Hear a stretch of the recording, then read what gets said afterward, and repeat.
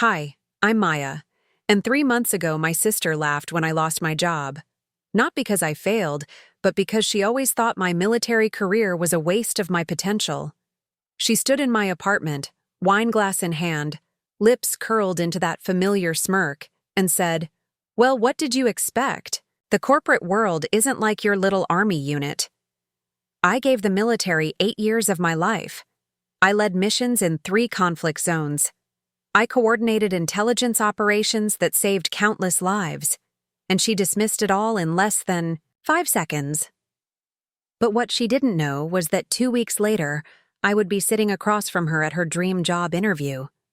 And I wouldn't even have to say a word for her to understand exactly how wrong she'd been. Before we dive in, tell me, have you ever had someone underestimate you? Drop it in the comments. I read every single one. Monday morning in Denver had never felt so heavy. The mountains were hidden behind a curtain of snow, the city muted and gray as if matching my mood perfectly. I'd been back in civilian life for exactly 11 months when the layoffs hit. The defense contractor I'd joined after leaving the Army had lost their government contract. And just like that, my transition plan evaporated. My credentials meant nothing without the contract. My security clearance, my leadership experience, my specialized training in information systems, all suddenly worth less than the paper they were printed on. At least that's what Taylor, my younger sister, seemed to think. I stood in my kitchen, nursing a cup of black coffee in the mug my unit had given me when I finished my final tour. LT Maya Rodriguez. She led from the front, etched in fading gold letters around the rim. The apartment was too quiet without the rhythmic structure of work to pull me forward. My phone buzzed on the counter. Another message from Taylor. Dinner. Tonight? I can help you fix your resume. Civilian employers need a different approach than you're used to. I didn't respond right away. Taylor had always been the successful one in our family's eyes. The brilliant business school graduate who climbed the corporate ladder at Atlas Technologies without breaking a sweat or breaking formation. She'd never understood why I'd enlisted right out of college, turning down the internship opportunities. She considered essential. "Not every path looks like yours," I'd told her once. "Clearly," she'd replied with that same dismissive laugh. I finally texted back, "Sure, 7 p.m. works." When Taylor arrived that evening, she swept in like a consultant ready to fix a failing business. Designer handbag, sleek pantsuit still on from work, tablet in hand already loaded with resume templates. "God, this place is depressing," she said, looking around my apartment. "Military minimalism doesn't exactly scream, 'Hire me,' does it?" I bit my tongue, poured her the expensive wine she'd brought last Christmas that I'd never opened. "How's Atlas?" I asked instead. Her eyes lit up. "Amazing. They're expanding the cybersecurity division.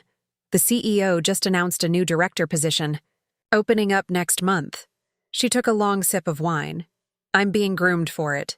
Johnson practically confirmed it last week." I nodded, genuinely happy for her despite everything. Taylor had always known what she wanted and how to get it. I'd admired that clarity even as I chose a different direction. "So," she said, setting down her glass and opening her tablet, "let's talk about what you're going to do now." For the next hour, she dissected my military career like it was a failed experiment. My leadership of a 30-person intelligence unit became managed team members. My coordination of cross-border information systems was reduced to facilitated communication protocols. "You need to tone down the military jargon," she insisted. "Civilians get uncomfortable with too much intensity." I listened quietly, watching her reshape 8 years of my life into something palatable for corporate recruiters who'd never understand what it meant to make decisions when lives hung in the balance. When she finished her second glass of wine, the real opinions started flowing. "Never understood why you joined in the first place, Maya.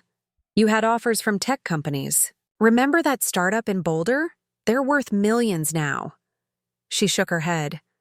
All those years, what do you really have to show for it? Something inside me tightened, but I kept my voice even. I have plenty to show for it, Taylor. She laughed. That familiar laugh, the one that sounded like she knew better. Like what? A one-bedroom apartment and an unemployment check? I looked at her for a long moment, remembering the night before my first deployment. How she'd cried and asked me not to go. How somewhere along the way that concern had morphed into judgment. I led people through situations you can't imagine, I said quietly. I built systems that connected operatives across 3 countries. I made decisions that mattered. She rolled her eyes. And now you need to get real and join the actual economy. These tech companies don't care about your military leadership stuff. They need specific skills, credentials that matter in the marketplace. That's when she saw the letter on my counter, the one from Veterans Transition Initiative about their upcoming cybersecurity certification program. She picked it up, scanned it. More military programs? Maya, you need to break out of this bubble. These veteran things are they're not taken seriously in places like Atlas. I took the letter back, folded it carefully. I think I know what I'm doing. She stood, gathering her things with an exaggerated sigh. Clearly you don't, or you wouldn't be unemployed. She paused at the door. I'm just trying to help. Someone needs to be practical here. After she left, I stood at the window watching snow blanket the city. 8 years making life and death decisions, building intelligence networks across hostile territories, leading teams through situations most people couldn't comprehend, and my own sister thought I needed rescuing. I glanced at my phone. An email had come through during dinner. Subject line: Your application to Veterans Transition Initiative has been accepted. 3 days later, I drove through the early morning darkness to the downtown office complex housing the VTI program. The building was modern, all glass and steel rising 30 floors against the slowly lightening sky. Nothing like the utilitarian structures I'd grown used to on military bases. My boots echoed in the empty lobby as I made my way to the elevators. Old habits die hard. I was 20 minutes early, uniform sharp in pressed pants and a blazer that felt constraining after years of BDUs. The doors opened on the 17th floor, and I stepped into an office space that immediately put me at ease. Functional, organized, purpose-driven. A silver-haired man looked up from the reception desk and smiled. Lieutenant Rodriguez? I nodded, surprised. Just Maya now. Once an officer, always an officer in my book. He stood extending his hand. Colonel James Foster, retired. I run this program. His handshake was firm, his eyes direct in a way I'd missed in civilian interactions. No games, no hidden meanings. Thawis Sai, rest of your cohort will be arriving soon, he said, gesturing toward a conference room. Coffee's brewing if you need it. I followed him, noticing the military precision in his movements even in civilian clothes. The conference room contained a large table surrounded by 16 chairs, each with a laptop and a folder. Before the others arrive, Foster said, I wanted to speak with you directly. He opened a folder, revealing what I recognized as my service record. Your background in information systems security during your deployment to Eastern Europe. It's particularly relevant to what we're doing here. I nodded cautiously. I built integrated networks across multiple operating environments. It was necessary for field intelligence coordination. What you built, he said, looking up from the file, was actually quite innovative. Your approach to secure communications in non-traditional environments caught some attention at higher levels. Something in his tone shifted my perspective. This wasn't just another transition program shuffling veterans into corporate America. This was something more targeted. What exactly is this program, Colonel? He smiled again, closing the folder. Let's just say some of the largest tech firms in the country have security challenges that people with conventional training can't address effectively. They need people who've built secure systems in actually hostile environments, not just theoretically. Hostile ones. For the first time since the layoff notice, I felt a spark of something like purpose. And Atlas Technologies? I asked, remembering my sister's company. Are they one of your partners? Foster's smile widened just slightly. As a matter of fact, they're our newest client. Their CEO will be conducting final interviews for their new security director position. Your sister works there, doesn't she? Before I could respond, the elevator chimed in the distance. Foster stood. Looks like your cohort is arriving. Welcome to the next phase, Lieutenant. The Veterans Transition Initiative occupied the entire 17th floor, sleek but functional in a way that reminded me of the better command centers I'd worked in. Our cohort gathered around the conference table, 12 veterans from different branches, different wars, different specialties, but all with the same carefully neutral expression I recognized from my own mirror. The face that said, I've seen things I can't explain to civilians, and I'm not sure this world knows what to do with me. Colonel Foster stood at the head of the table. No PowerPoint, no corporate buzzwords, just straight talk. You're here because you have skills and experience that the private sector desperately needs but doesn't know how to ask for, he said, his voice carrying the natural authority of someone who had earned his rank rather than been given it. Over the next 8 weeks, we're going to translate your military capabilities into language these companies understand, while teaching you to navigate their culture without losing who you are. He gestured to the laptops in front of us. These contain customized training programs based on your service records and the specific sectors you're targeting. You'll notice there's no generic resume coaching or basic computer skills. You're beyond that. I opened mine, surprised to find a sophisticated cybersecurity simulation already running. One that mirrored the challenges I'd faced in establishing secure communications across contested territories. Foster continued. Each of you has been matched with specific corporate partners based on your military expertise. By the end of this program, you won't be begging for jobs. They'll be competing for you. For the first time since the layoff, something like optimism stirred in my chest. This wasn't charity or a token veterans program. This was recognition of value. The woman next to me, Air Force, judging by the pin on her laptop bag, leaned over. Rodriguez, right? Heard about your comm systems in the Balkans. Impressive stuff. I nodded, surprised. Thanks. It was mostly improvisation with limited resources. She smiled knowingly. Isn't it always? I'm Chen. Electronic warfare. 7 years. Foster outlined the program structure. I scanned the room, taking in details about my cohort from the subtle cues military life trains you to notice. The way they organized their materials, how they sat, where their eyes went during Foster's briefing, old habits from assessing new unit members. Within minutes, I had a good read on who would excel, who would struggle, who would need extra support.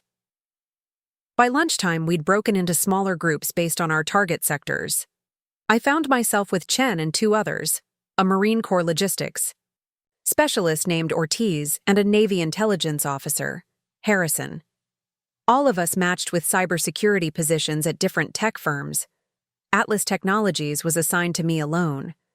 Atlas has a particular challenge, explained Diane Mercer, our industry liaison, as she joined our table. Her tailored business suit and carefully polished demeanor marked her as our bridge to the corporate world. They've had 3 security breaches in the past 18 months, each more sophisticated than the last. Their conventional security team can't get ahead of the threats. Harrison frowned. What kind of breaches?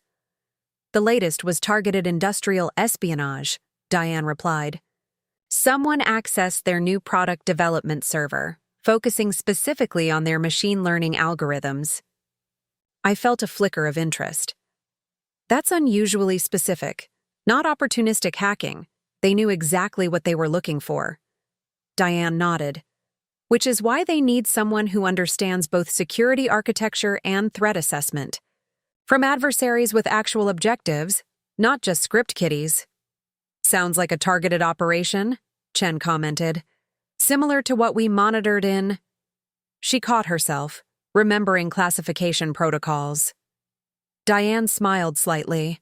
Exactly. And that's why they're coming to us rather than traditional recruiting channels. She slid folders across the table to each of us. These are the specific position requirements for your matched companies. You'll be preparing tailored demonstrations of your capabilities rather than standard interviews. I opened my folder. Director of Security Architecture, Atlas Technologies. The position my sister thought she was being groomed for. That evening, I returned to my apartment and spread the Atlas materials across my kitchen table. The position description was comprehensive. Network security, threat assessment, team leadership, crisis response protocols. All things I'd done under much more challenging conditions than a corporate environment. My phone buzzed with a text from Taylor. How was day one of veteran school? Learning to use LinkedIn? The laughing emoji that followed made my jaw tighten. I considered not responding, but typed back, "It was fine." "How's Atlas?" Her reply came quickly. "Crushing it. Had lunch with Johnson today. He basically confirmed the security director position is mine once they finish the formal process. Just a matter of time." I set the phone down, looking at the Atlas folder with its detailed description of security vulnerabilities that someone with Taylor's business background would have no idea how to address. She was excellent at what she did, marketing strategy and client relationships, but she had never built secure systems or understood how real adversaries operated. My laptop chimed with an incoming email from Foster. Assessment materials for your review. Your demonstration will need to address the specific vulnerabilities identified in the attached document. I opened the file, a comprehensive breakdown of Atlas's security architecture with clear annotations of critical weaknesses. The kind of assessment I'd done dozens of times for forward operating bases and field communication networks. By midnight, I had filled a notebook with observations and potential solutions, my mind fully engaged in a way it hadn't been since leaving the service. The next morning, Foster pulled me aside before the day's session began. "I've reviewed your preliminary notes on the Atlas vulnerabilities," he said, his expression serious. "Your assessment of their cross-platform authentication weakness was particularly insightful." "Thank you, sir," I responded automatically. Military. Formality slipping back into place. "I should tell you," he continued, lowering his voice. "Atlas hasn't shared the full extent of their security breaches with their own executive team. The CEO is concerned about internal leaks." I raised an eyebrow. "They suspect an insider component?" Foster nodded once sharply. "The targeting is too precise, the timing too convenient. They need someone who can address both the technical vulnerabilities and the human factor." Something clicked into place. That's why they're looking outside their organization for this position. Exactly, and why your military background is particularly valuable. He handed me another folder. These are the full details, classified at Atlas's highest internal security level. Very few people have seen this. I took the folder, the weight of it familiar. Responsibility, not just information. That evening, as I reviewed the confidential materials, my phone rang. Taylor's name flashed on the screen. I almost didn't answer, not wanting another dose of condescension, but something made me pick up. "Hey," I said, keeping my tone neutral. "You'll never believe what happened," she started, voice tight with excitement. "Johnson called me into his office today. They're fast-tracking the security director position because of some issue they won't disclose. Interviews start next week." I glanced down at the confidential folder on my table. "That's great," I said carefully. "I mean, it's basically a formality. Johnson already told me I'm his top choice. I just need to brush up on some technical details for the interview." She paused. "Actually, that's partly why I'm calling. You did some security stuff in the Army, right? Can you give me a crash course?" I nearly laughed at the absurdity. My sister asking me to help her prepare for a position I was specifically being groomed for because of expertise she had dismissed just days ago. It was a bit more than some security stuff, Taylor, I said, evenly. And it was in multiple combat zones, not just the army. Whatever, she replied, impatience creeping into her voice. Can you help me or not? I need to sound somewhat competent on the technical side, even though everyone knows the role is really about management. I closed the confidential folder slowly. I don't think I'm the right person to help you with this. Seriously? I'm asking for like an hour of your time. It's not like you're busy right now. The dismissal stung, but differently than before. Now it just confirmed how little she understood about what I had done and what I was about to do. I'm actually pretty focused on my program right now, I said. It's intensive. She sighed dramatically. Fine, I'll figure it out myself. Good luck with your veteran thing. The call ended abruptly. I turned back to the Atlas materials, understanding, now that I wasn't just preparing for a job opportunity. I was about to step into a critical security situation with real consequences, one that would require every skill I'd developed over 8 years of military service. And my sister had no idea what was coming. The VTI program intensified over the next week. Each morning began with technical sessions tailored to our matched positions. Afternoons focused on corporate culture navigation, and evenings were spent working on our demonstration projects. It wasn't just job preparation, it was mission training. With the precision and purpose I'd missed since leaving the military, my Atlas project took shape quickly. Using the confidential materials Foster had provided, I built a comprehensive security protocol that addressed both their technical vulnerabilities and potential insider threats. I created a demonstration that would simulate a real-time response to the exact type of breach they'd experienced, showing how my approach would identify and neutralize the threat before data could be compromised. Chen found me late one evening, still working in the now-empty conference room. She placed a coffee beside my laptop without a word, then sat across from me, her own work spread across the table. "You're going deep on this one," she observed, nodding at my schematics. I nodded, taking a grateful sip of coffee. The vulnerabilities are interconnected in ways they haven't recognized. It's not just about patching individual weaknesses. Their entire security architecture needs restructuring. Chen's expression was knowing. And that's why they need someone like you, not someone who thinks cybersecurity is just another management challenge. She paused. Foster mentioned your sister works there? I looked up sharply. Marketing department. She's hoping for the same position. Chen raised an eyebrow but didn't comment directly. Must make for interesting family dinners. We're not exactly close, I admitted, turning back to my work. Different paths. Military families understand, Chen said quietly. Civilians. It's harder for them to grasp what we've done, what we know. My brother still introduces me as his sister who was in the Air Force, like I spent 4 years at summer camp instead of running electronic warfare operations in active combat zones. Smiled despite myself. Taylor thinks I joined because I couldn't figure out what else to do with my life. Chen snorted. Right. Because taking the easy path is exactly what military officers are known for.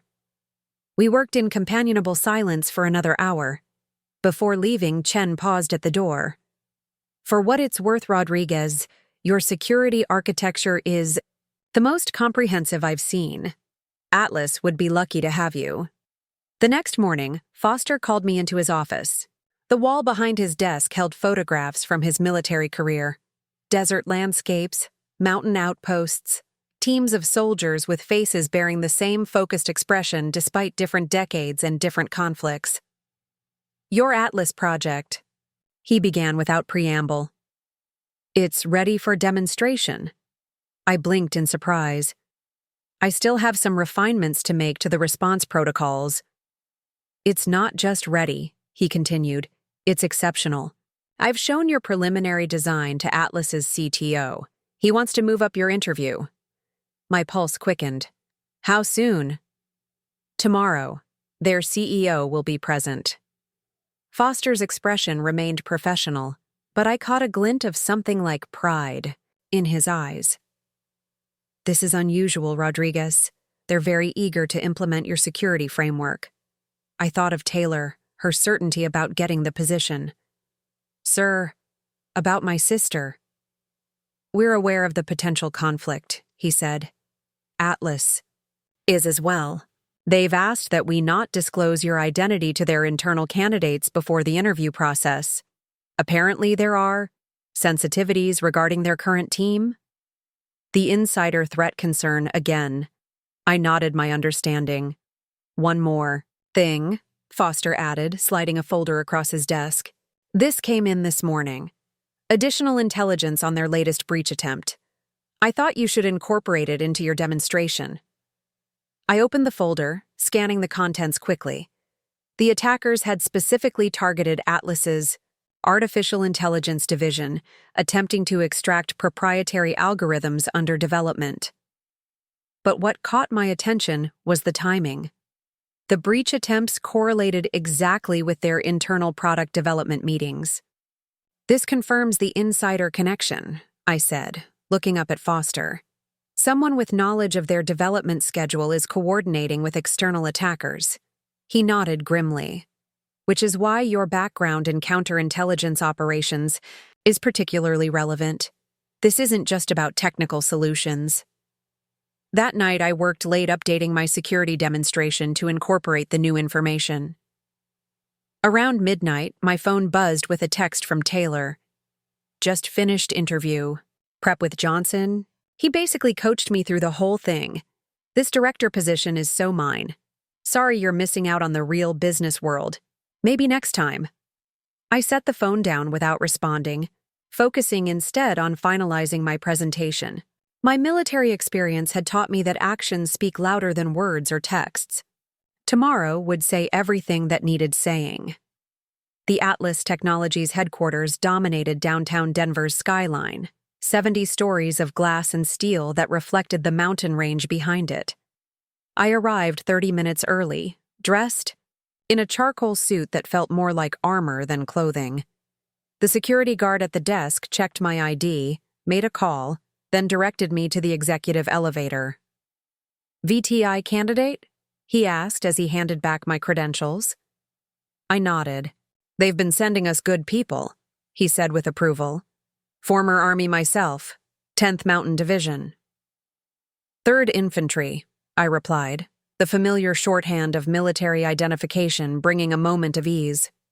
He smiled and nodded toward the elevator. They're waiting for you on 68. Good luck, ma'am. The executive floor was hushed, expensive, all polished surfaces and subtle displays of corporate success. A sleek conference room waited at the end of the corridor, its glass walls offering a breathtaking view of the Rocky Mountains. Inside, 5 people seated around a massive table turned as I entered. An older man in a perfectly tailored suit stood first, extending his hand. Lieutenant Rodriguez, William Harris, CEO of Atlas Technologies. His handshake was firm, his assessment direct, evaluating rather than judging. We appreciate your prompt response to our accelerated timeline. I acknowledged with a nod, taking in the others quickly.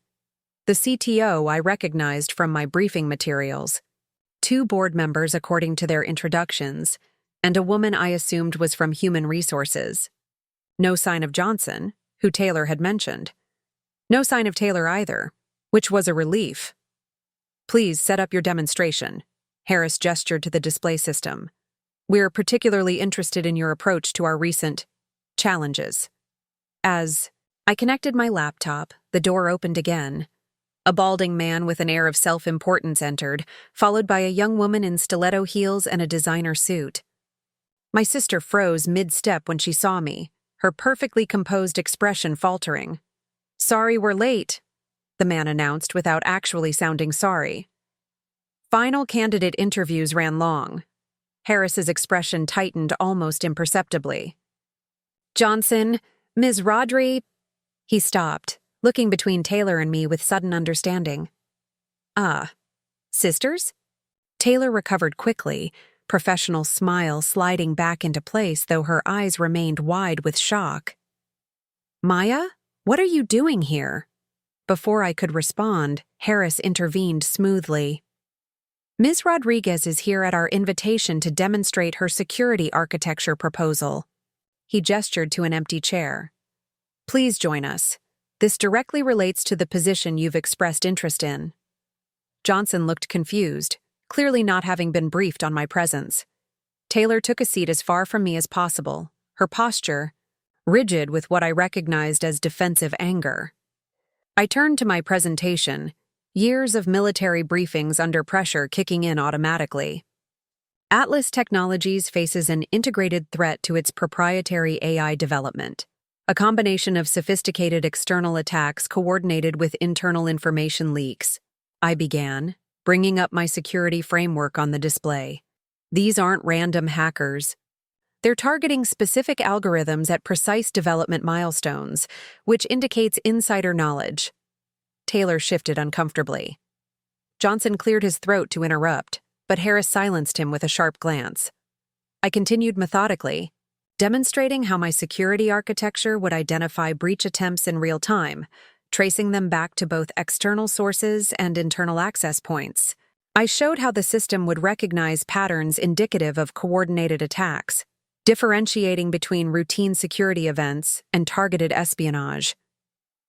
Most critically, I concluded, this framework is designed to evolve with the threat landscape, incorporating machine learning to anticipate future vulnerabilities before they can be exploited. When I finished, silence filled the room. Harris studied my display for a long moment before turning to the CTO. "Your assessment, Alex?" The CTO leaned forward, clearly impressed. "It's exactly what we need. Lieutenant Rodriguez has addressed vulnerabilities we hadn't even identified yet." He looked at me with professional respect. "Your military experience in secure communications across hostile environments is evident in this design. It's several steps ahead of anything we've developed.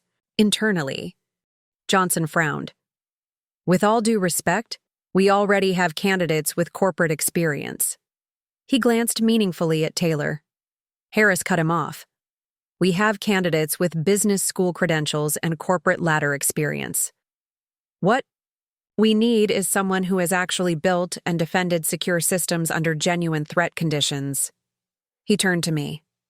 "Lieutenant Rodriguez, would you be willing to implement this security framework for Atlas Technologies as our new director of security architecture?" From the corner of my eye, I caught Taylor's expression, a mixture of shock and dawning realization. Johnson looked like he'd swallowed something unpleasant. "I would," I answered simply. Harris nodded decisively. "Excellent. We'd like you to start as soon as possible." He stood, extending his hand again. "Welcome to Atlas Technologies." As the meeting concluded and the executives filed out, Taylor remained seated, staring at me with an expression I couldn't quite read. When the room had emptied except for us, she finally spoke. "You knew about this position all along." Her voice was tight with accusation. "I found out a week ago," I replied honestly. "Through the Veterans Transition Initiative." "The veteran school I was laughing about," she said quietly, the implications sinking in. "And now you'll be your boss, apparently," I finished, no triumph in my voice, just simple fact. For once in her life, my sister had nothing to say. The rest of that day passed in a whirlwind of paperwork, introductions, and briefings. I signed confidentiality agreements, received temporary access credentials, and met with the HR director to discuss my formal onboarding process. Taylor disappeared immediately after the meeting, responding to my one attempted text with silence that spoke volumes. By late afternoon, I found myself alone in what would become my office, a corner space on the 66th floor with views of both downtown Denver and the distant mountains. The previous security director had left months ago, and the space felt abandoned despite its expensive furnishings. I stood at the window, watching snow begin to fall, tiny flakes swirling against the darkening sky. A knock at the open door pulled, Me from my thoughts. William Harris stood there, his expression contemplative. "Getting settled, Lieutenant Rodriguez?" he asked, stepping inside. "Maya, please," I corrected gently. "And yes, sir. Thank you." He smiled slightly. "If I'm calling you Maya, you should probably drop the sir." I nodded, the military habit harder to break than I expected. "Fair enough?" Harris moved to the window, looking out at the same view I'd been contemplating. "I imagine this is quite different from your previous work environments." "The chair is definitely more comfortable than anything I had in Bagram," I admitted, earning a genuine smile from him. "I want to be transparent with you," Harris said, turning back to face me. "Your sister was never actually in consideration for this position, despite what Johnson may have led her to believe." I kept my expression neutral, though surprise rippled through me. "I assumed she was qualified given her time with the company." Harris shook his head. "Taylor is excellent at what she does. Marketing strategy, client relationships. She has a natural talent there. But this security position requires a completely different skill set." He paused. "Johnson has been pushing several internal candidates, including your sister, despite being clearly informed about the technical requirements. It's been problematic." The pieces began to fit together. "Is Johnson part of your insider threat? Concern?" Harris's eyebrows rose slightly. "Very direct. That's refreshing." He considered for a moment before continuing. "We don't have concrete evidence, but the timing of certain information leaks correlates with his access to sensitive materials. Your sister isn't suspected of any wrongdoing," he added quickly. "But Johnson has been grooming several employees, with promises of advancement in exchange for loyalty. Classic influence operation, I observed. Create dependence and obligation, then leverage it." Harris studied me with increased interest. "Your military background included counterintelligence, didn't it?" I nodded once, not elaborating. Some aspects of my service remained classified. "That experience may prove even more valuable than your technical skills," he said. "I need someone who can recognize these patterns without being entangled in our corporate politics." He moved toward the door, then paused. "I hope the situation with your sister won't be an issue." "It won't affect my work," I assured him. "Good, because your first task is to audit all executive-level access to our AI development server, including Johnson's team." With that, he left, closing the door behind him. I sank into the office chair, turning over this new information. Taylor had been set up for disappointment from the beginning, fed false promises by a manager potentially involved in corporate espionage. No wonder Harris had been eager to bring in an outsider. My phone buzzed with a text from Foster. "Congratulations. Knew you were the right fit." "Dinner to celebrate?" I replied affirmatively, grateful for the connection to someone who understood the disorientation of this transition. We arranged to meet at a restaurant near my apartment in an hour. As I packed up my temporary credentials and prepared to leave, I hesitated, then sent a text to Taylor. "Can we talk? There's something you should know." No response came as I left the building, nodding goodbye to the security guard who had greeted me that morning. He gave me a subtle thumbs up, one veteran to another. Foster was waiting when I arrived at the restaurant, already seated at a quiet corner table. He stood as I approached, the military courtesy automatic for both of us. "So," he said once we'd ordered, "how does it feel to go from unemployed to executive in less than 2 weeks?" "Surreal," I admitted. "This morning I was preparing for an interview. Now I'm responsible for restructuring their entire security architecture while investigating a potential corporate espionage situation." Foster nodded, unsurprised. "That's why we matched you specifically with Atlas. Your combination of technical expertise and counterintelligence background is exactly what they need." He studied me for a moment. "How did your sister take it?" I sighed, poking at my salad. "Not well. She disappeared after the meeting, won't respond to my texts." "Family complications are always the hardest part of transition," Foster said carefully. Civilians often can't reconcile who we were before service with who we've become. Taylor. Never understood why I enlisted in the first place, I explained. She thought I was wasting my potential. Now suddenly I'm walking into a director position at her company based on the very experience she dismissed. It challenges her worldview, Foster observed. That can be difficult to process. Our meals arrived, and we ate in companionable silence for a few minutes before Foster spoke again.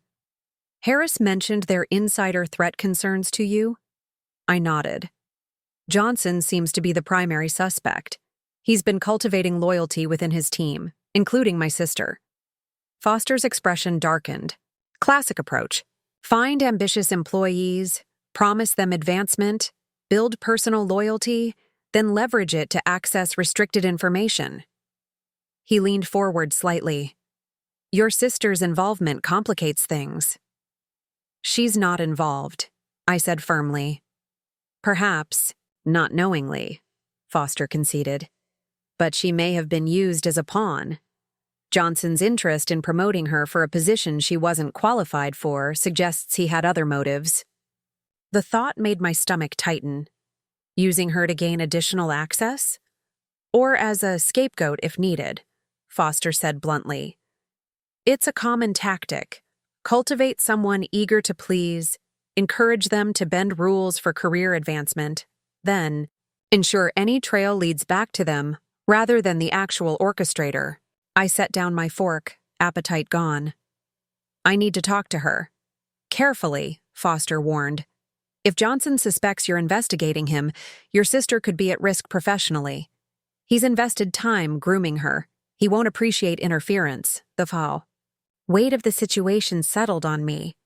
Not just a new job and a strained sibling relationship, but potentially protecting my sister from becoming collateral damage in corporate espionage.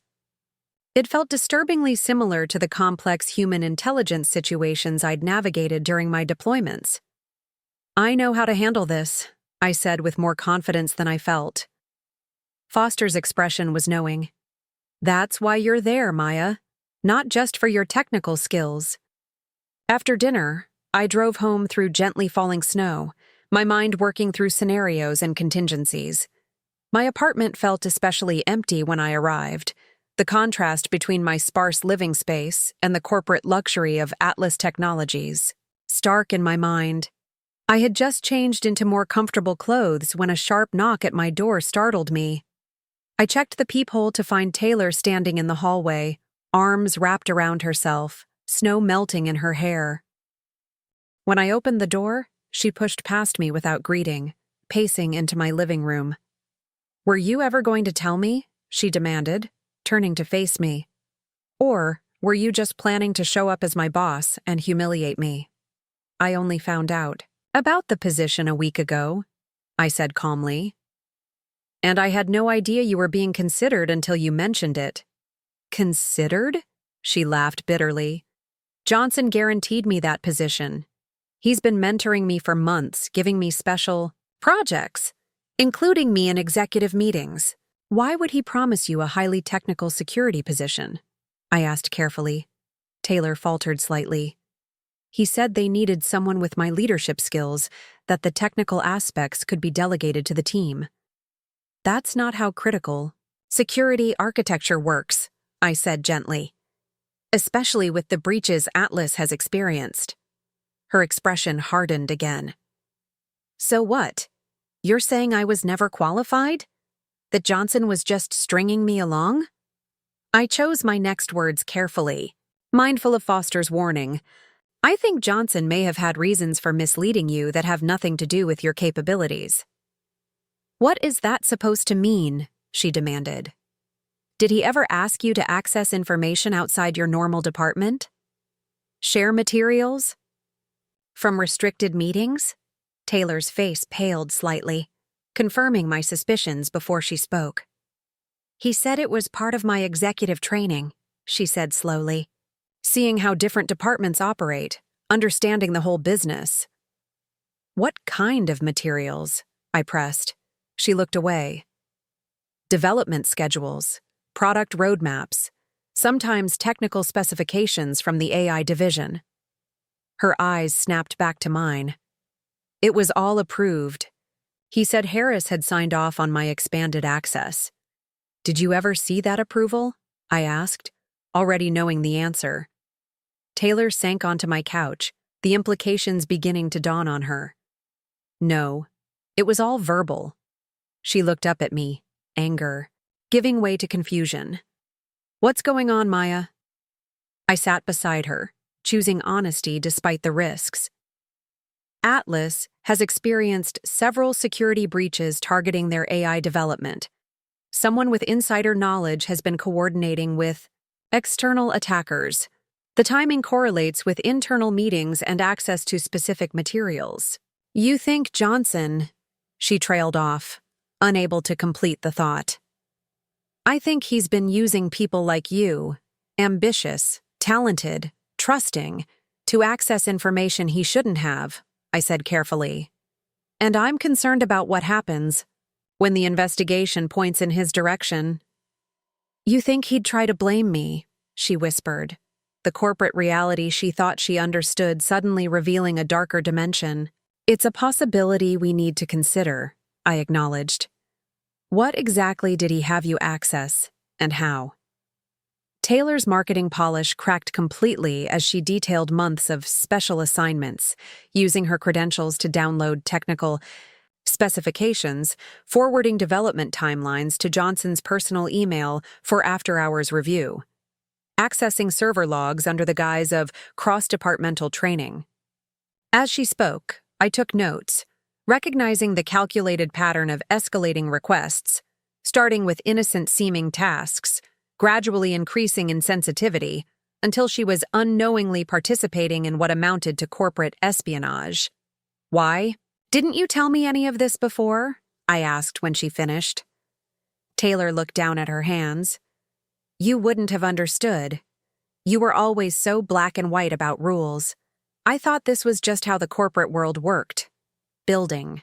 Relationships, proving loyalty, doing favors. The irony was painful. My sister had dismissed my military experience as irrelevant to the real world. Yet that very experience was precisely what allowed me to recognize the manipulation she'd fallen victim to. What happens now? She asked, vulnerability replacing her usual confidence. Now, I said, closing my notebook, we make sure you don't become the fall guy for whatever Johnson is involved in. For the first time since we were children, Taylor looked at me not with dismissal or competition, but with something like trust. How do we do that? The same way I secured communications networks in hostile territory, I replied. We identify the vulnerability, document the breach pattern, and implement countermeasures without alerting the adversary. That doesn't sound like marketing strategy, Taylor said with a weak smile. No, I agreed. It sounds like what I've been doing for the past 8 years. The next morning, I arrived at Atlas Technologies at precisely 7 a.m., well before most employees would begin filtering in. The security guard from yesterday, his nameplate reading Martinez, nodded in recognition as I presented my credentials. Early start, Director Rodriguez? Getting a feel for the system before it's fully loaded, I replied, the technical explanation familiar territory for both of us. He smiled knowingly. Best way to spot the weak points. Have a good one, ma'am. The executive floor was silent, dark, offices lining the corridor like empty sentinels. I unlocked my new office, but didn't turn on the lights, instead moving directly to the computer system. First principle of counterintelligence: establish secure communications before the operation begins. Using the temporary administrator credentials Harris had authorized, I created a secured server partition invisible to standard network scanning. It would serve as our safe repository for evidence collection, a digital dead drop accessible only with specific authentication protocols I'd designed during my second deployment. As the system initialized, I thought about the conversation with Taylor that had stretched late into the night. After her initial shock wore off, her marketing mind had quickly grasped the strategic elements of our situation. Johnson had cultivated her as an unwitting asset, but that connection gave us a perfect pathway to monitor his activities without raising suspicion. By the time Atlas employees began arriving at 8:30, I had established our secure communication channel and mapped the digital terrain I'd be working with. The official onboarding meeting with my new security team was scheduled for 10 DOG, giving me time to meet with Harris to discuss my preliminary findings. His assistant showed me into his office promptly at 9 DOG. Harris sat behind a massive desk, windows behind him framing the mountains like a carefully composed photograph. He gestured to the chair across from him. "You've been here since dawn," he observed. Not a question. He'd obviously checked the access logs. "Establishing baseline operational parameters," I replied, slipping comfortably into the precise language of mission briefings. "And I've identified several immediate concerns." His eyebrows rose slightly. "Already?" I nodded, opening my laptop to share my initial security assessment. "Your network has 3 critical vulnerabilities that could be exploited without sophisticated tools. More concerning is the access pattern I've identified in executive credentials." Harris leaned forward. "Explain." "Several executives, including Johnson, have been accessing development servers during unusual hours, between midnight and 4:00 a.m., when automated security scans are scheduled and monitoring is reduced. That could be legitimate work," Harris noted, though his expression suggested he didn't believe it. "Perhaps.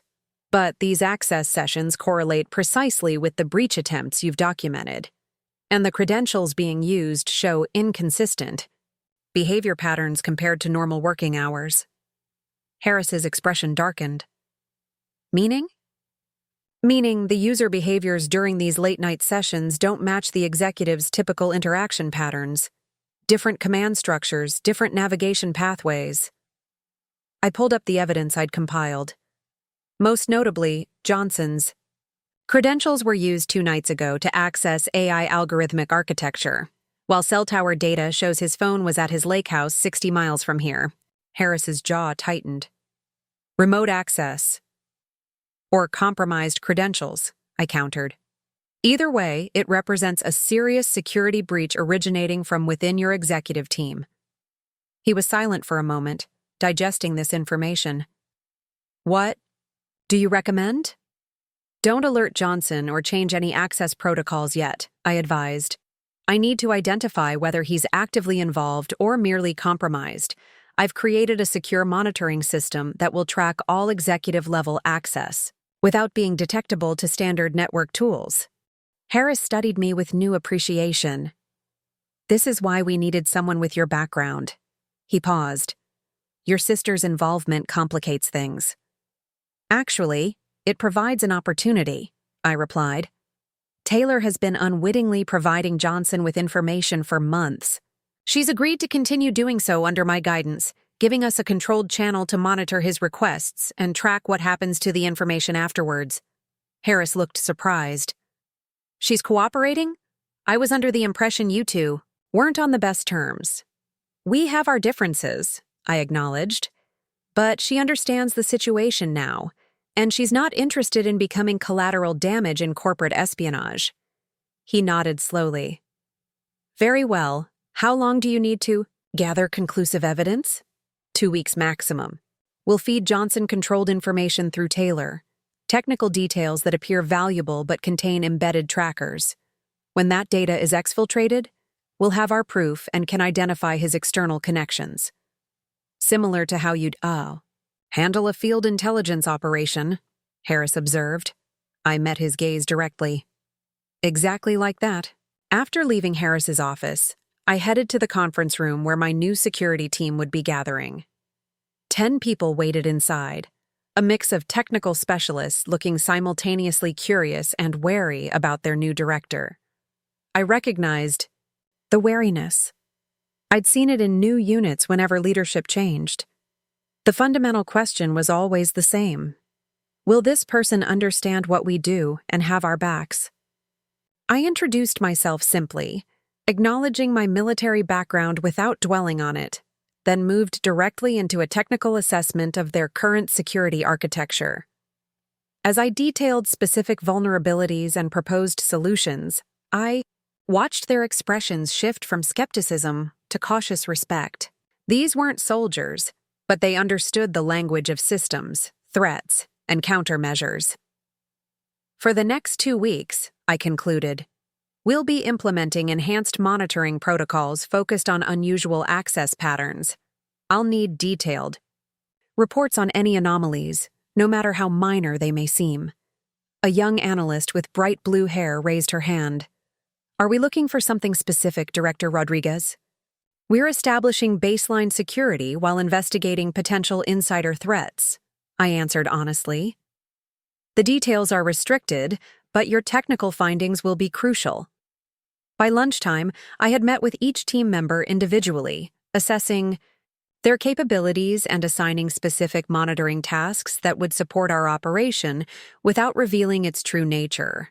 The team was competent, but had been hamstrung by leadership that didn't understand technical security requirements, exactly the gap Johnson had been exploiting.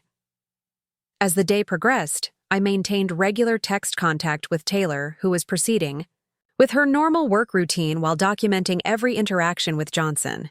Around 2 p.m., she sent a message that made my pulse quicken. Jay asked me to pull next week's AI testing schedule and technical parameters. Said it's for executive preview before the board meeting. Wants it by EOD. Perfect timing. I quickly prepared a modified version of the AI testing documentation, embedding digital watermarks and trackers that would activate if the files were sent outside our secure network. Taylor would become our Trojan horse, delivering carefully crafted intelligence that would reveal Johnson's external connections when exfiltrated. By mid-afternoon, I had established our operational security parameters and briefed Harris on the next phase. As I crossed the executive lobby toward the elevator, a familiar voice called my name. Johnson stood by the reception desk, his expression a careful mask of collegial interest. Maya Rodriguez, our new security director. Finally have a chance to properly introduce myself. He extended his hand. Richard Johnson, VP of Product Strategy. I work closely with your sister.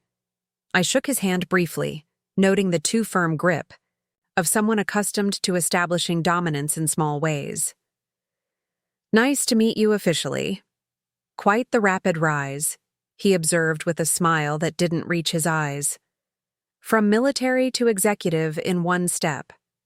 Most people spend years working their way up.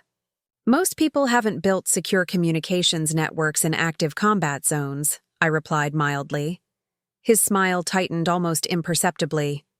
Yes, well, different skill sets for different environments.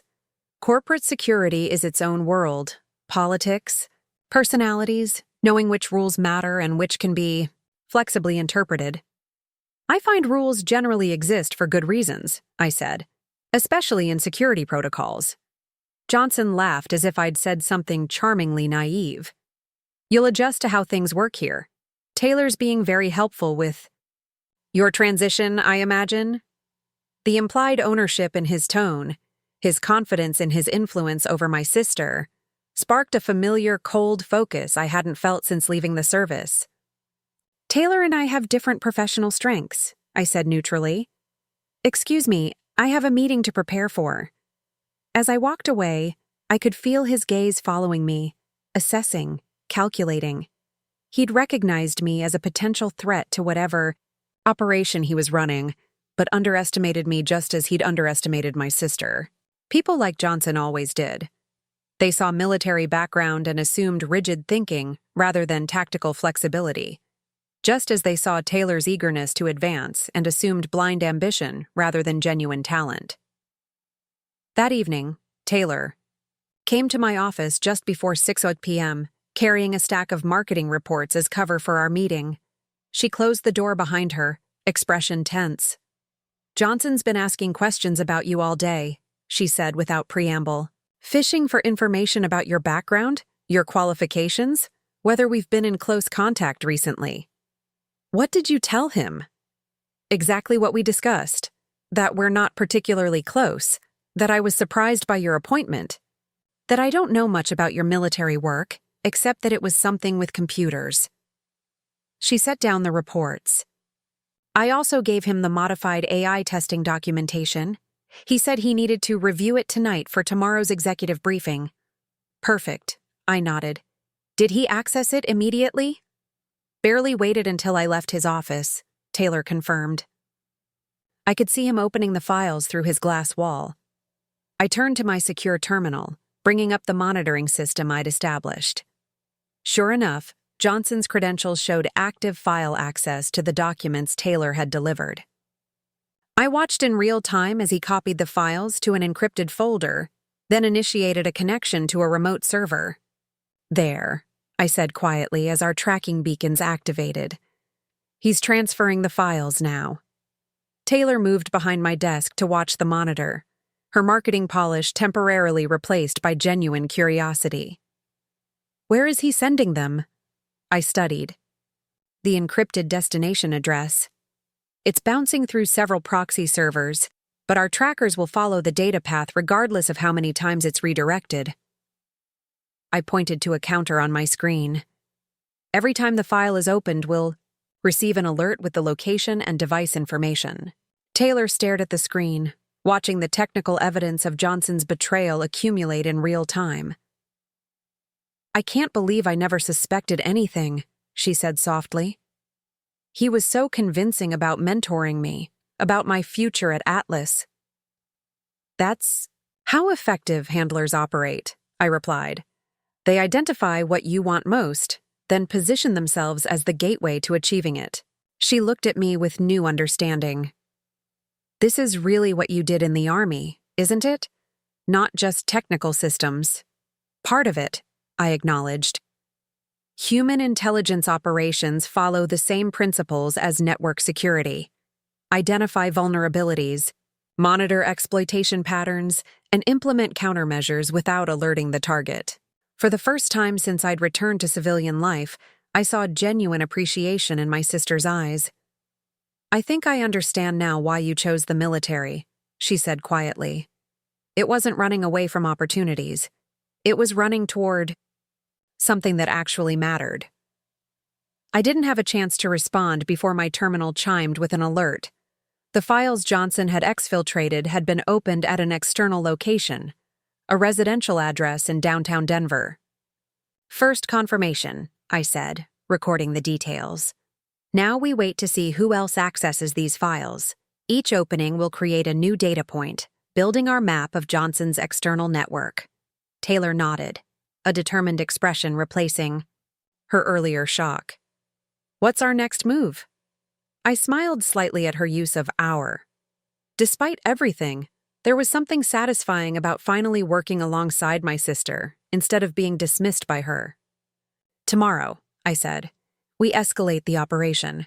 Johnson thinks he's handling you, but now we're handling him. By the 5th day of our counterintelligence operation, we had established a clear pattern. Johnson was systematically exfiltrating technical documentation on Atlas's machine learning algorithms, primarily focused on their adaptive security applications. The tracked files revealed a network of 6 external individuals accessing the stolen data, 3 from competing tech firms, 2 from overseas IP addresses that suggested foreign business intelligence operations, and 1 from a research institution. With known military contracts. Most concerning was the sophistication of their operational security. They were using advanced encryption and communication protocols similar to those I'd encountered in military intelligence operations, not the typical corporate espionage tactics. I sat in Harris's office early Friday morning, presenting our findings with Taylor beside me. Her presence had been my suggestion. As Johnson's unwitting asset, she provided crucial context to the pattern of information requests. The technical data is being passed to competitors, I explained, but the timeline suggests they're not the primary target. I pulled up a visualization showing data movement mapped against Atlas's development milestones. Johnson is collecting information to create a comprehensive map of your AI security architecture. This isn't about stealing a product. It's about gaining access to the underlying system. Harris frowned. Access for what purpose?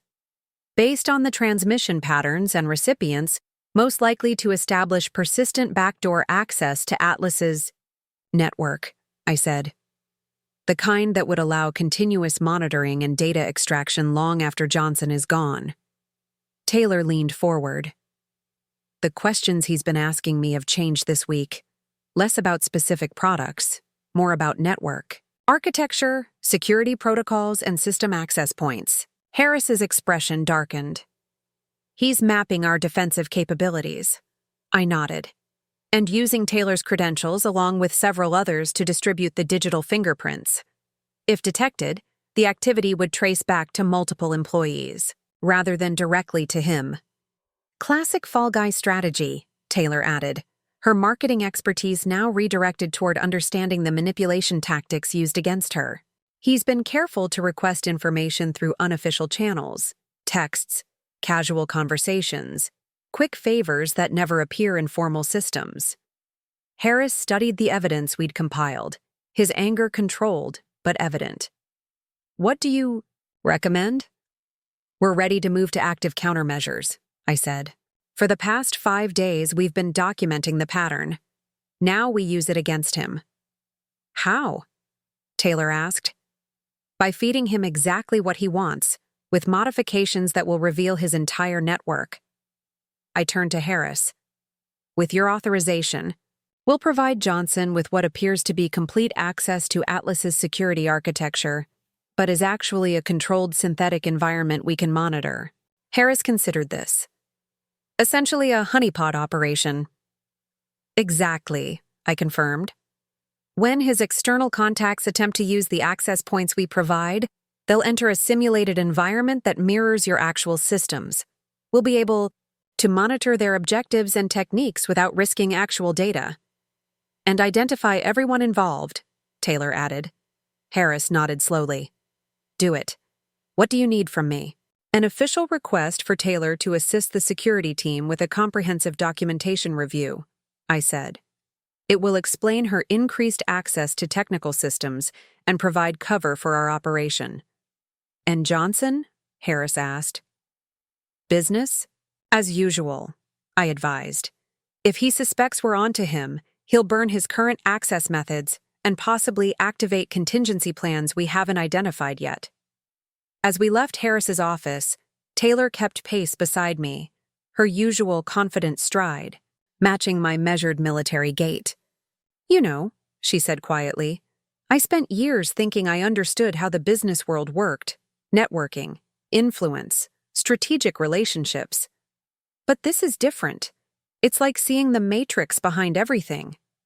Intelligence operations exist in every environment, I replied. Most people just don't recognize them as such. She shook her head slightly. All those leadership seminars and MBA classes, and none of them prepared me for this reality. Different training for different battlefields, I said. But the principles translate. We parted in the main lobby, maintaining our cover of professional distance.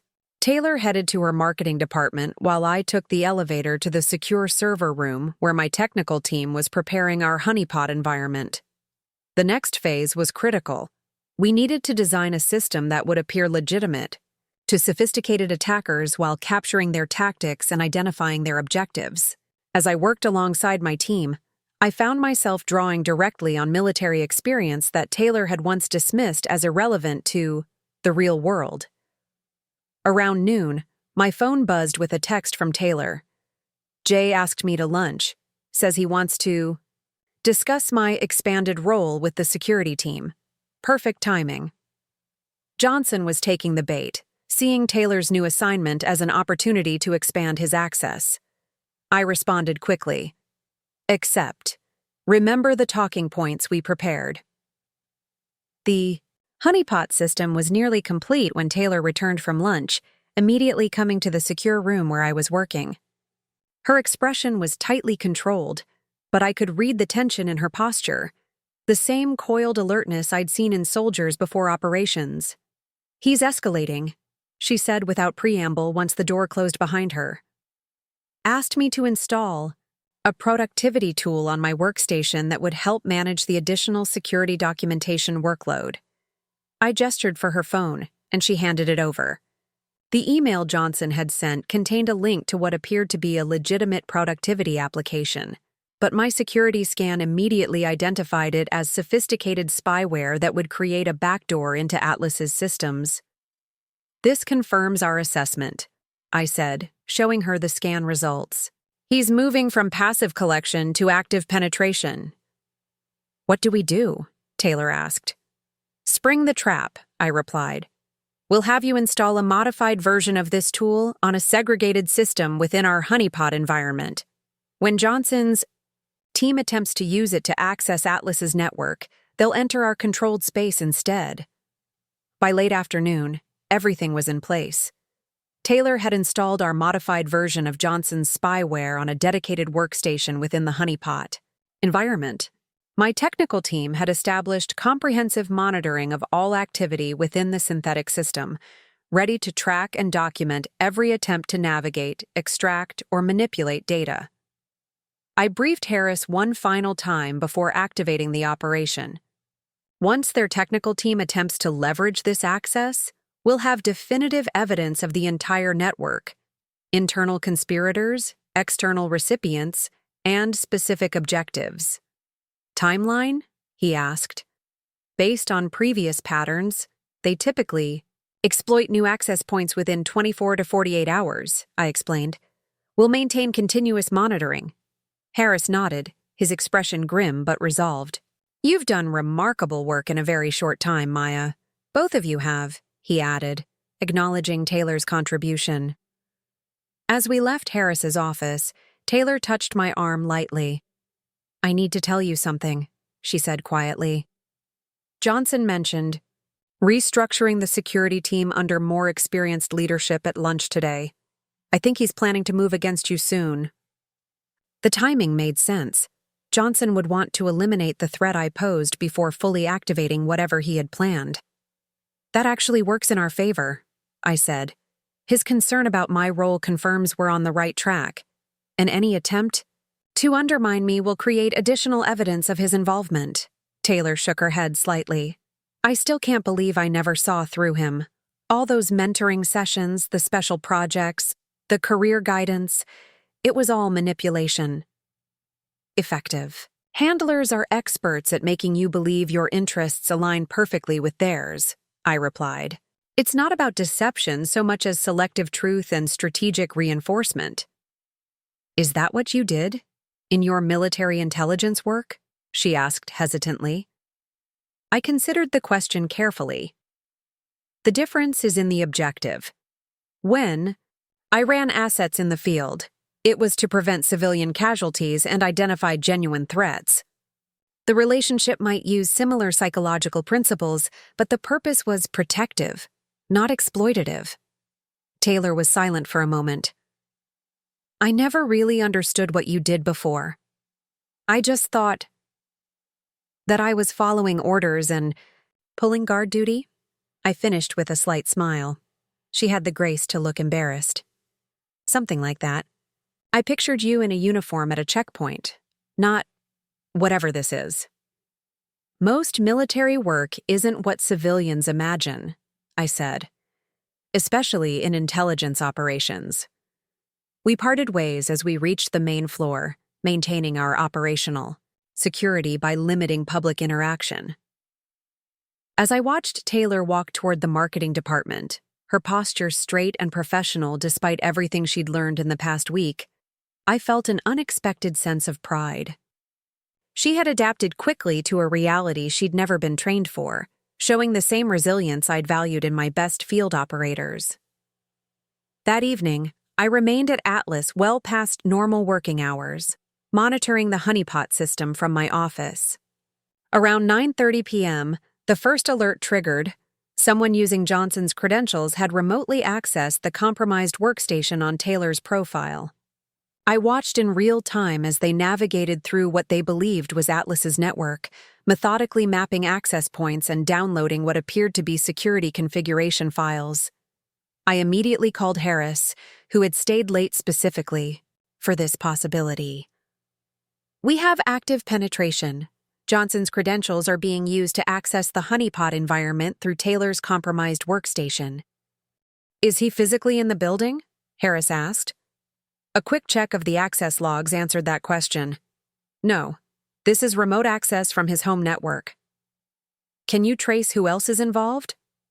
The connection is being routed through multiple proxy servers, but our tracking beacons are following the data path, I explained. We should have a complete picture by morning. Throughout the night, I documented every action within our honeypot environment, watching as the attackers methodically explored what they believed was Atlas's security architecture.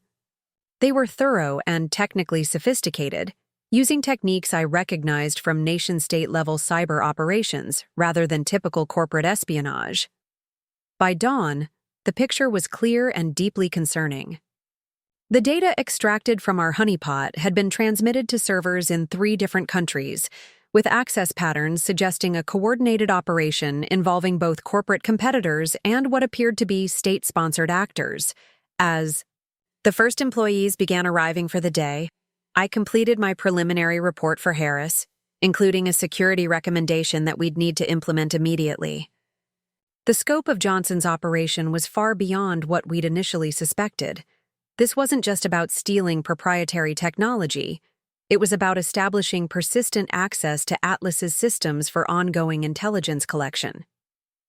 Taylor arrived at 7:30, earlier than her usual start time, coming directly to my office with a coffee in each hand. She set one on my desk, taking in my appearance with a knowing look. "You've been here all night, haven't you?" I nodded, accepting the coffee gratefully. The honeypot was accessed multiple times. We've identified Johnson's entire network, and it's significant. How bad? She asked, sitting across from me. Bad enough that we're moving to immediate containment protocols, I replied. Harris is on his way in now. We'll need to implement a full security lockdown before Johnson arrives. Taylor's expression grew serious. Do you think he suspects anything? Hard to say. The technical team accessing our honeypot seemed to believe they were in the actual system, but Johnson is more personally invested. He might have additional verification methods we haven't identified. Just then, my phone buzzed with a text from the security desk downstairs. Johnson arrived. Heading to executive floor. I looked up at Taylor. Time to move. Are you ready? She straightened her shoulders, a gesture so similar to military posture that it made me smile despite the tension of the moment. Ready? Then let's finish this. Operation, I said, standing, and showed Johnson exactly who he's been underestimating. The Atlas Technologies executive floor hummed with unusual activity for 8 a.m. Security personnel I'd selected personally were stationed at key access points, their earpieces and alert postures signaling that this was not a routine morning. Harris waited in the glass-walled conference room, reviewing the evidence package I'd prepared while Taylor stood nearby, her typical marketing confidence replaced by the focused calm I recognized from my own pre-operation briefings. Johnson just reached the executive elevator, reported Martinez through my earpiece. The former Army specialist had eagerly accepted my request to coordinate building security for this operation, appreciating both the mission's importance and the familiar command structure. Copy that, I responded quietly. Maintain normal protocol. Until he reaches this floor. Harris looked up from the evidence files. Everything in place? I nodded. Technical team has isolated all systems Johnson has access to. His credentials are being monitored in real time, and we've prepared documented evidence of every unauthorized data transfer from the past 6 months. And the external connections? Harris asked. Identified and documented, I confirmed. 3. Competing tech firms, 2 foreign business intelligence operations with government connections, and 1 defense contractor. The pattern suggests this wasn't just about stealing Atlas's proprietary technology. It was about establishing persistent access to your development pipeline. The elevator chimed, and we watched through the glass wall as Johnson stepped onto the executive floor. He paused momentarily, taking in the unusual security presence before smoothing his expression into practiced confidence. When he noticed us watching from the conference room, he adjusted his tie and changed direction, heading toward us with a carefully constructed smile. "Quite the gathering for this hour," he observed as he entered, his gaze moving from Harris to me, then lingering on Taylor with the slightest narrowing of his eyes. "Some security concern I should know about?" "You could say that," Harris replied evenly. "Please, have a seat." Johnson's smile didn't waver as he chose a chair opposite Harris, positioning himself with his back to the door. A rookie mistake. In tactical terms. I remained standing, moving to close the conference room door while Taylor took a seat beside Harris, her expression professionally neutral despite everything she now knew. "Richard," Harris began, "we've been conducting a comprehensive security review following the recent breaches. Director Rodriguez has uncovered some concerning patterns." Johnson turned his attention to me, his expression suggesting mild interest, rather than alarm. "Oh, I'm always interested in security improvements. That's why I've been working closely with various teams to better understand our vulnerabilities." "Very closely," I agreed, activating the display screen with our evidence visualization, including after-hours remote access to restricted development servers, exfiltration of proprietary algorithms, and installation of sophisticated backdoor access points. His expression didn't change, but I caught the slight tensing of his shoulders. The involuntary physical response of someone whose cover is being questioned. As VP of Product Strategy, I have authorized access to development resources. Are you suggesting there's something improper about me reviewing materials relevant to my department? "What about these materials?" I asked, bringing up the file transfer. "Logs showing transmission of Atlas's security architecture to external servers. Or these." The screen showed the backdoor utility he'd attempted to have Taylor install, along with its technical analysis revealing its true purpose. Johnson maintained his composure, though his breathing pattern had changed, slightly faster, more shallow. "I'm not a technical expert, Maya. Whatever you're showing here would need to be reviewed by our IT security team before I could comment." "We have," I said calmly.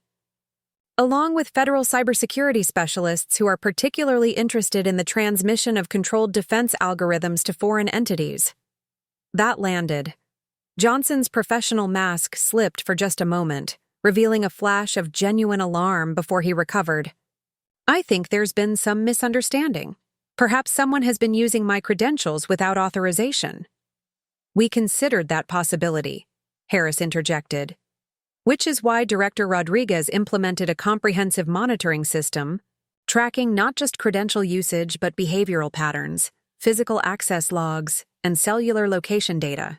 I brought up the next screen showing Johnson's phone location overlaid with server access timestamps, perfect correlation between his movements and the unauthorized access events. Johnson shifted strategies, turning to Taylor with an expression of betrayed mentor. "Taylor, you've worked directly with me for years. You know how dedicated I am to Atlas's success. Whatever this is, there's clearly been some technical mistake." Taylor met his gaze steadily. "There's no mistake, Richard. I've seen the evidence myself. You used me to access restricted information by disguising it as professional development opportunities." For the first time, genuine anger flashed across Johnson's face. "You think you understand what's happening here? You're a marketing specialist playing at corporate politics. You're way out of your depth." "Actually," I interjected, "she's been an essential part of a counterintelligence operation that has mapped your entire external network. Those documentation reviews you requested, tracked and traced to every recipient, the productivity tool you asked her to install, modified and monitored in a controlled environment that documented every attempted exploitation, the conference." Room door opened, and Martinez entered with 2 other security officers. "Mr. Harris, the FBI cybersecurity team has arrived as scheduled." Johnson's carefully constructed persona finally cracked completely. "This is absurd. You have no idea what you're interfering with. Atlas is a small player in something much larger. We know exactly what we're interfering with, I replied. A sophisticated cyber espionage operation targeting proprietary defense algorithms with potential national security implications. Harris stood. Richard Johnson, your employment with Atlas Technologies is terminated, effective immediately. These officers will escort you to process your departure after the federal agents have conducted their preliminary interview. As Martinez moved toward Johnson, the disgraced executive turned to me, his expression now openly hostile. You think your military background prepared you for this world? You have no idea what's coming. Actually, I said quietly, dealing with threats, deception, and hostile operators is exactly what my military experience prepared me for. The only difference is the uniform. As Johnson was escorted from the room, Taylor let out a long breath. Is it really over? This phase is, I confirmed, but securing Atlas's systems against the vulnerabilities he created will take weeks, and the federal investigation into his external connections will likely continue for months. Harris extended his hand to me. Remarkable work, Maya. In just 2 weeks, you've done what our previous security teams couldn't accomplish in months. I accepted his handshake. It was a team effort, I said, glancing at Taylor, who had demonstrated surprising aptitude for counterintelligence operations once she understood what we were facing. Speaking of teams, Harris continued, I'd like to discuss reorganizing our security structure with you as the permanent director.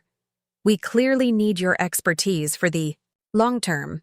As Harris outlined his vision for enhanced security operations, I caught Taylor watching me with an expression I'd never seen from her before. Not competition or dismissal, but genuine respect. The sister who had laughed when I lost my job was seeing me, truly seeing me for perhaps the first time. Later, as we debriefed in my office, Taylor shook her head in wonderment. All those years I thought I was climbing the corporate ladder while you were just marking time in the military. But you were developing skills I didn't even know existed. Different paths, I said simply. Different types of expertise. When Johnson called me a marketing specialist playing at corporate politics, he wasn't entirely wrong, she admitted. I was so focused on the game that I couldn't see the larger battlefield. You adapted quickly once you understood what was happening, I pointed out. That's a valuable skill in any environment. She smiled slightly. Maybe we have more in common than I thought. She paused, then added, What happens now? Security overhaul, I replied. Rebuilding Atlas's defenses, implementing proper compartmentalization, and training teams to recognize the threats Johnson exploited. And us? She asked quietly. I considered the question. The sister who had dismissed my military career as a waste of potential was asking what came next for our relationship. I think, I said carefully, we start by recognizing that we both have valuable perspectives, even when they're different. Maybe especially when they're different. Taylor nodded, her expression thoughtful. It took my little sister becoming my boss to make me finally understand what you've been doing all these years. I smiled. Sometimes the most important intelligence comes from unexpected sources. 3 months after Johnson's removal, Atlas Technologies had transformed.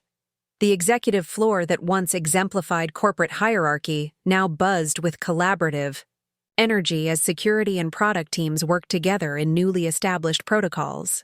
The clear glass walls remained, but what happened within them had fundamentally changed. Transparency had become more than architectural. It was operational philosophy. I stood at the window of my permanent office, watching snow fall on the mountains. In the distance, the company had just completed its most comprehensive security overhaul in its history. With architecture I'd designed now protecting not just their systems, but their people from manipulation and exploitation. A knock at my door pulled me from my thoughts. Taylor entered carrying 2 coffee cups and a tablet under her arm. Security and Marketing's joint proposal got approved, she announced, handing me one of the coffees. Board voted unanimously. We launch next quarter. I took the coffee with a nod of thanks. Congratulations. It's a strong initiative.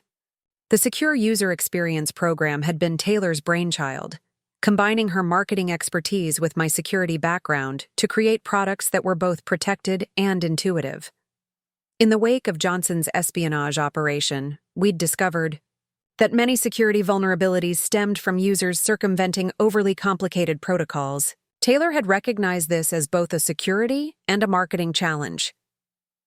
Harris wants us to present together at the National Cybersecurity Conference next month, she continued, taking a seat across from me.